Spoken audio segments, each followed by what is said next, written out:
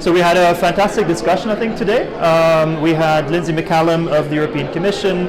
We had Christoph Karugati, who's an expert in digital competition policy, has his own advisory boutique firm.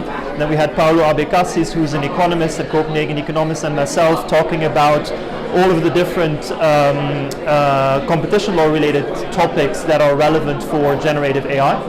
I think on the sort of behavioral theme, we touched upon the big question whether it is appropriate for the Commission and other competition authorities to intervene in the generative AI space, which is a growing space. It's a space where we see lots of competition at different layers of the value stack. And I think it was very interesting to hear both Lindsay and Christoph give their perspectives on the appropriateness of all of the attention that we're seeing from the competition agencies on generative AI. We then also touched upon merger control topics, so to what extent there is an interplay between merger control and generative AI.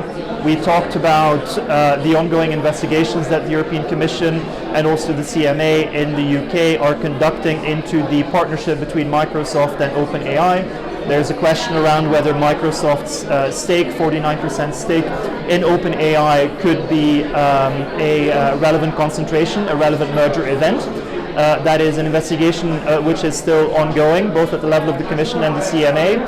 And I think it was interesting to hear Lindsay and Christoph share their perspectives on when these types of partnerships might indeed be caught by the merger control rules.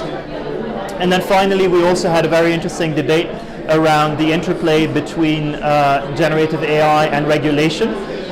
Most importantly, the question whether generative AI should in some way or form also be captured by the Digital Markets Act.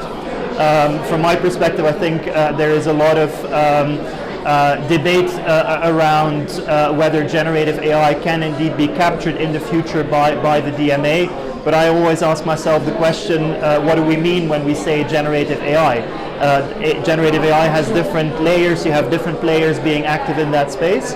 I think Lindsay gave some good perspectives around how she sees that. She explained to us that to some extent generative AI is already captured by the DMA. For example, if a generative AI powered model supports a search engine, Lindsay explained to us why that can already, or is in fact already captured by the DMA. So all in all, I think a very lively discussion. I wish we had more time to touch upon the issues that we discussed, but I'm sure there will be more opportunities to zoom in on all of these topics in the future.